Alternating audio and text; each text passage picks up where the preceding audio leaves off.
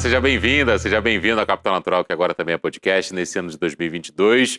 A gente abre o ano falando de transição energética. Tivemos uma primeira parte da nossa conversa na semana passada.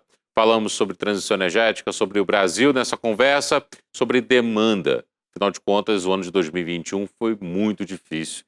Regredimos em alguns pontos, inclusive nesse tema transição energética. Mais uma vez eu vou conversar com o Sérgio Almeida Paca, professor de pós-graduação em sustentabilidade e energia da USP, Jefferson de Oliveira Gomes, superintendente de tecnologia e inovação da CNI e professor do ITA, e o Aurelien Patrick Mandonnet, CEO da Alexa Brasil. Senhores, mais uma vez bem-vindos ao Capital Natural. Na semana passada a gente falou muito sobre demanda e nós apresentamos aqui, além, claro, de vocês, o tema transição energética. Agora eu quero falar um pouco sobre o Brasil. E o Brasil nessa conversa de transição energética. Por exemplo, hidrelétricas. Eu queria começar com o professor Sérgio, que é especialista nessa área de pesquisas e tudo mais, para entender um pouco mais sobre o Brasil nessa conversa hoje no mundo. E aí eu quero, na sequência, ouvir o Jefferson sobre o ambiente de negócios. Por favor, professor Sérgio, bem-vindo. Bom, Pablo, as hidrelétricas elas são muito interessantes, né? Porque elas são a principal fonte de eletricidade aqui no Brasil. Só que elas vêm perdendo espaço, né? Nos últimos anos a gente tem que utilizar termoelétricas para garantir a geração de eletricidade e atender a demanda aqui no país, que apesar das crises econômicas tem crescido aí. Se a gente considerar um médio e longo prazo, né? As hidrelétricas elas foram muito desenvolvidas aí nos anos 70, né? E o Brasil, o setor aí de construção, né, se empenhou bastante aí em realizar esses projetos de hidrelétricas aí, teve todo um desenvolvimento com relação aos projetos, né?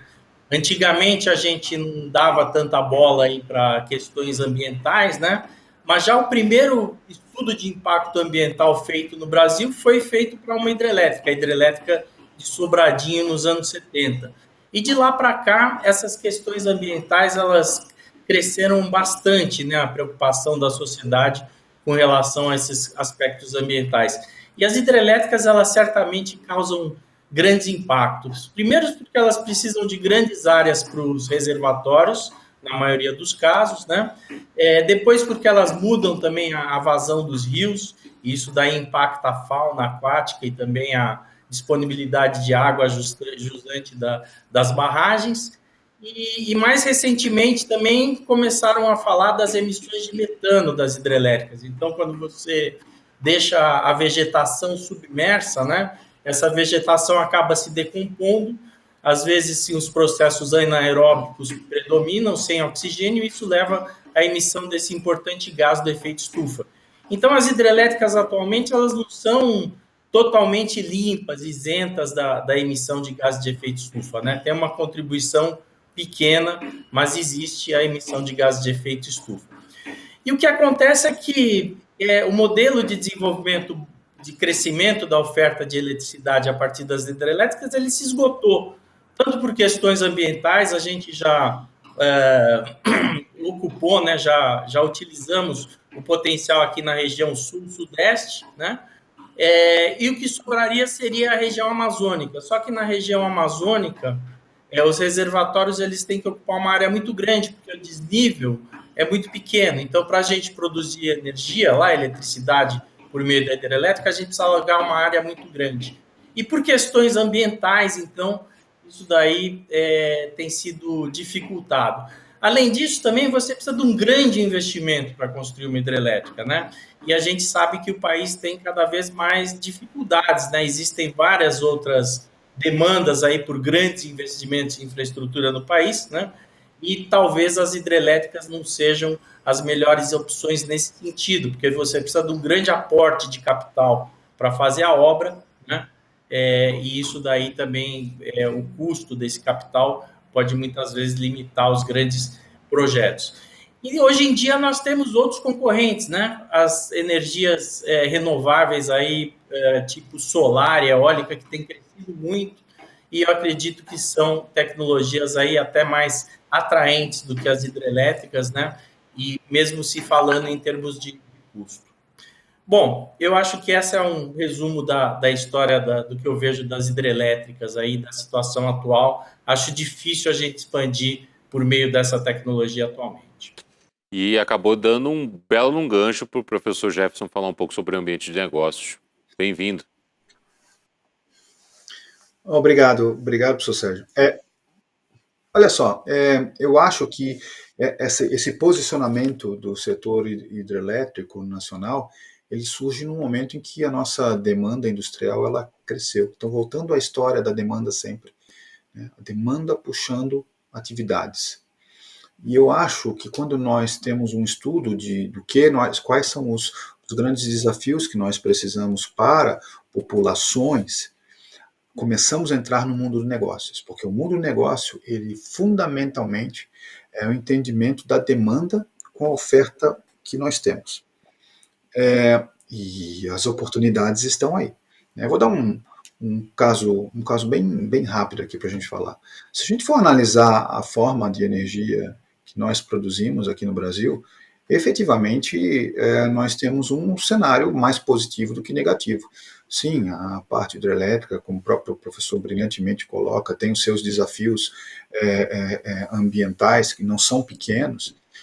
Estamos no nosso limite, pelo menos da praia de grande porte, obviamente, a tendência é que a minha área, professor, é mecânica, né? Então eu sou da área do desenvolvimento dos rotores ali. Então, se você consegue também melhorar projetos, talvez em pequenas quantidades você consiga aumentar também questões relacionadas à eficiência da energia produzida. Mas, como eu falei também em outra oportunidade, a indústria brasileira já consome 40% da energia. E a tendência é que para os próximos 9 anos, isso aí não são dados meus, são dados que saem do Fórum Econômico Mundial, que saem do Pacto Global da ONU, a nossa tendência é de consumo de mais de 50% de energia nos próximos 9 anos, no mundo, no planeta. Portanto, se nós olhamos por esse viés, podemos pensar do lado positivo. Né? O Brasil tem, quando chove, tem água abundante. Quando não chove, temos muito vento, muito sol. Então, efetivamente, em termos do nosso negócio para a geração da energia verde, estamos bem posicionados. Mas se a gente quiser produzir a energia com outra cor, musgo, por exemplo, que é de biotecnologia, de biotech, da área de bio, enfim, como a gente vem produzindo, também estamos muito bem equiparados. Mas se a gente for olhar para somente a geração de energia, talvez nós estejamos pensando um pouquinho pequeno ainda. Vamos pensar uma coisa meio do momento. Como se falava há 5 anos, há 10 anos, sobre indústria 4.0, o mundo hoje, quando você vai na COP26, quase todos os estandes estavam tratando de hidrogênio multicolor, seja verde, seja musgo, seja azul, enfim, multicolor. E quando você olha esse cenário, olha o que acontece para posicionamento de novos negócios. Se nós formos gerar energia a partir do verde, somente do verde, hoje o que nós produzimos no Nordeste de energia eólica já é quase 5 vezes o que o estado do Ceará e o que o estado do Rio Grande do Norte precisa. Só que se a gente colocar os nossos sistemas eólicos offshore, a simplórios 50, 60 quilômetros da costa, nós já aumentamos em 10 vezes essa geração de energia que a gente tem hoje. Portanto, a capacidade de produção de energia energética nossa é altíssima, só no eólico. O professor foi brilhante quando coloca a questão da energia solar. Me causa muito interesse, não acho estranho, mas acho que é um senso de oportunidade de uma grande empresa americana montando coletores solares aqui no Brasil, e a gente não tem empresas brasileiras produzindo coletores solares aqui, na mesma cadência que essa empresa quer montar aqui no Brasil. Ou seja, energia solar é um grande business. Mas vamos dizer que se a gente utilizar essa energia considerada verde para a produção de hidrogênio, a gente falta ainda um elemento. No processo mais convencional de todos, dá para fazer por catálise, mas hoje o que é mais convencionalmente utilizado é o processo de eletrólise. Quando você tem o processo de eletrólise, você, para produzir uma parte de hidrogênio, você precisa de 20 partes de água. 20 partes de água. Para a produção dessa água, né, nós temos mais sorte que juízo. Nós temos uma imensidão de esgoto nas nossas grandes cidades. Se a gente trata essa água do esgoto e coloca para a produção de eletrólise, nós geramos hidrogênio. E o que é interessante, do esgoto sobra nitrogênio, fósforo, potássio, que você pode mandar para o agronegócio. Ou você pode botar para a produção de baterias, se o Brasil for entrar nesse jogo da geração de baterias. Fortemente, não entrar devagar, entrar forte para essa geração de baterias. Então você percebe que eu nem cheguei no uso do hidrogênio. E já tem uma imensidão de novos negócios aqui que podem ser puxados tanto por esferas privadas quanto por esferas públicas, que são compromissos que empresas na agenda de ESG e Estado na sua agenda pública devem ter. Então, eu só peguei antes, até chegar à produção de hidrogênio. Na hidrogênio tem armazenamento, tem produção de uso de hidrogênio como para a produção de aço, para a produção de cimento, e aí o Brasil pode se posicionar muito fortemente nesse setor. Ou então o uso de hidrogênio na cadeia circular, que você pode pegar todo esse CO2 gerado pelas empresas, pelas indústrias, pelos carros, enfim, e voltar esse jogo de novo com hidrogênio para gerar metano. Percebe? O ambiente negócio, só peguei um caso, que é uma demanda grande que a Alemanha tem hoje, que é um problema sério que eles têm, que eles não estão com a questão do gás e não querem comprar outras formas de energia, e elegeram oficialmente o hidrogênio como uma forma importante para a geração de energia, o hidrogênio verde, e o Brasil pode entrar nesse jogo. Então, esse para mim é um ambiente de negócio, entendimento do que a demanda está pedindo, e aí você constrói todas as cadeias que vêm necessárias, que se formam para montar esse quebra-cabeça, que é o negócio energia. Né? Vamos agora ouvir outras perspectivas sobre esse tema. Com a palavra a professora Adriele Peyel, que é pesquisadora do Instituto de Energia e Ambiente da USP, onde coordena o projeto Transições na História da Energia. Atualmente, falar de transição energética é um tema que está sendo discutido, que está sendo comentado e contextualizado, e uma das principais definições de transição energética está justamente na substituição dos combustíveis fósseis para as renováveis. Historicamente, a gente já observou isso, por exemplo, do carvão para o petróleo, mas atualmente a gente tem um ponto de interrogação devido à questão principalmente de como acelerar essa transição energética, devido principalmente às questões das mudanças climáticas. O que a gente tem falado principalmente é que a gente está mais relacionando uma questão de adição de energia do que realmente passando por uma transição energética, né? A gente tem um aumento do consumo acontecendo, e a gente acaba se perguntando, né, o que a gente pode fazer para realmente passar por essa transição energética, né? A gente tem um longo caminho ainda para percorrer. Eu acho que o Acordo de Paris ele veio com uma força internacional muito grande para que todos os países colaborem nesse processo de descarbonização. Há um gap muito grande entre o norte global e o sul global nesse processo de transição. E, inclusive, é necessário que haja uma participação muito maior dos países desenvolvidos, colaborando com os países em desenvolvimento, né? Cerca de 75% das emissões de gases de efeito estufa concentram-se em países do G20, né? E devido até essa questão da economia, a questão do Covid, dessa recessão que está ocorrendo aí, a gente precisa começar a analisar qual que vai ser o futuro, né, desse processo de transição energética relacionado muito à questão econômica, né? Mas nesse contexto, né, como que a gente olha para o Brasil, né? Eu sempre comento que o Brasil ele precisa ser olhado de forma regional, né? Um território muito grande, diferentes características, né? E esse processo de transição no Brasil ele vai ser diversificado, né? A gente, por mais que a gente tente ter essa mudança na matriz energética, né, com alguns percentuais a serem atingidos, ou até que ocorra essa substituição dos combustíveis fósseis para as renováveis, e a nossa matriz elétrica contribui muito para isso. A gente está vendo uma discussão muito grande relacionada ao uso do gás natural, questões relacionadas à segurança energética, mas também a gente tem que levar muito em consideração a questão da disponibilidade desse recurso natural no país, como em outros países que utilizam qualquer tipo de fonte. Além disso, o Brasil possui um potencial muito grande relacionado à questão da solar e da eólica, né? E falando um pouquinho mais dessa questão de renováveis, a questão do hidrogênio, que é o tema do momento, a gente observa que o Chile, o Brasil, tem um grande potencial para exportar hidrogênio para países, por exemplo, como a Alemanha, né? Ou seja, há uma participação muito grande, por exemplo, do Brasil em contribuir para a descarbonização das matrizes energéticas de outros países, e a gente acaba com uma interrogação: e o Brasil? Como que ele vai andar em relação a isso, né? Utilizando mais gás, né, em termoelétricas, como ele vai se comportar em relação a isso, né? Algumas tecnologias de baixo carbono que ainda estão sendo implementadas no mundo, mas que pode contribuir com esse processo, também estão sendo atreladas e conectadas ao uso contínuo de termoelétricas ou da exploração desses combustíveis fósseis, mas que, enfim, que pode contribuir para menor emissão de CO2, né?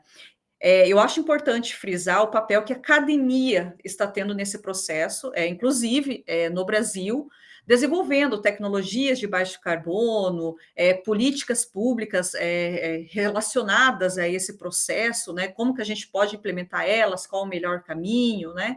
Inclusive, tem um bom exemplo, que é o Research Center for Greenhouse Gas Innovation, que fica localizado na Universidade de São Paulo, que tem desenvolvido vários projetos relacionados principalmente com a preocupação no processo de descarbonização da matriz energética no Brasil.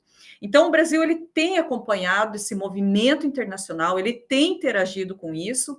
Basta agora a gente estar observando como a gente pode tentar equilibrar esse processo e também contribuir com esse processo de aceleração, né? Então, acho que faltam medidas e estratégias a longo prazo mais precisas, né? A gente precisa pensar um pouquinho mais como a gente vai fazer, como a gente vai responder e também como a gente vai conseguir alcançar as metas que a gente se comprometeu com o Acordo de Paris. Eu acho que a gente tem um longo ainda processo pela frente, mas eu acho que, como o mundo está caminhando para essa discussão cada vez mais forte, né? É o tema do momento, é uma necessidade do momento. Eu acredito que a gente tem força e também, eu acho, como eu mencionei, pesquisas sendo desenvolvidas que pode contribuir para esse processo de transição energética que vai acontecer gradativamente no mundo. Com a palavra agora, Sérgio Leitão, diretor executivo do Instituto Escolhas. O Brasil não está levando a sério a discussão sobre transição energética. Fazer tudo o que se precisa para que um país possa afirmar para a sua sociedade, para as forças econômicas que está se planejando para tanto, exige muito, muito mais do que estamos fazendo. A primeira grande exigência é a gente deixar claro no orçamento do país, no planejamento do setor energético, qual o volume de recursos que será destinado para que nós possamos fazer a transição. Fazer uma transição energética exige muito investimento, exige uma mudança de padrão produtivo, porque nós estamos falando a troca, a substituição exatamente da energia que hoje move a nossa economia, ilumina nossas casas. Quando a gente verifica o plano decenal de energia, que é exatamente onde está previsto esses recursos e as fontes que irão mover o país, o que a gente verifica? 80% de todo o investimento no setor de energia, ou seja, eu estou falando aqui desde o setor elétrico até o setor de transporte como um todo, ou seja, toda a matriz de funcionamento do país, toda a matriz energética, 80% dos recursos ainda estão direcionados para o investimento em combustíveis fósseis, gás, exploração do pré-sal, que é exatamente o combustível que se quer deixar de usar, que que se quer fazer a substituição para que se possa falar em transição energética, sair de um modelo e ir para um outro. Portanto, se o país não está fazendo um investimento no novo, na transição, que transição é essa que estamos a falar, que temos por parte do nosso ministro das Minas e Energia, por parte do governo federal? Ou seja, a sociedade brasileira precisa saber, acordar, de que o país hoje está perdendo a corrida tecnológica que China, Estados Unidos e todos os países europeus estão fazendo para substituir suas matrizes de energia, para trocar o carro movido a gasolina, movido a óleo diesel, por carro elétrico, para ter redes modernas e inteligentes de energia, aquilo que se chama do smart grid. E o país, o Brasil, faz agora o que fez em relação à privatização da Eletrobras, que significou, ao invés de investirmos mais e mais em uma matriz renovável, colocamos uma exigência de contratação de térmicas a gás exatamente no Nordeste, onde se tem muito vento, onde se tem muito sol, e o que é pior, exigindo ainda mais o uso de recursos hídricos, porque uma térmica, além do insumo do gás para o seu funcionamento, ela precisa de muita água. Dependendo de uma térmica, ela vai exigir o consumo de uma água de uma cidade de 600 mil habitantes. Então, a grande questão fundamental é: o país não tem hoje um planejamento para fazer sua transição energética. O país está dando passos para trás no sentido de fazer um investimento em fontes que são aquelas que ele deveria abandonar, até porque nunca precisou delas. E, em terceiro lugar, essa discussão não está se fazendo com a sociedade brasileira. O país que deixa de fazer essa discussão, o país que deixa de se preparar, o país que deixa de se planejar e o país que não faz os investimentos para contar com uma transição que seja verdadeira, digna do nome, é o país que vai perder a corrida tecnológica do futuro. O Brasil, com isso, vai chegar atrasado ao futuro que os grandes países, as grandes economias estão construindo para fazer acontecer.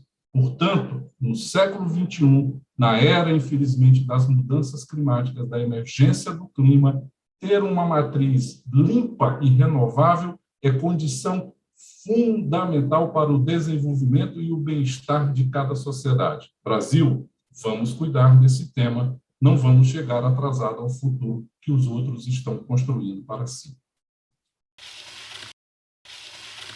E assim, encerramos a nossa segunda parte dessa conversa sobre transição energética. Na semana que vem tem mais. Quero agradecer ao professor Sérgio Almeida Paca, professor da pós-graduação em Sustentabilidade e Energia da USP, Jefferson de Oliveira Gomes, superintendente de Tecnologia e Inovação da CNI, professor do ITA, e Aurelien Patrick Maldonet, que é CEO da Alexa Brasil. Boa semana para você também que nos acompanhou. Muito obrigado e até o próximo fim de semana.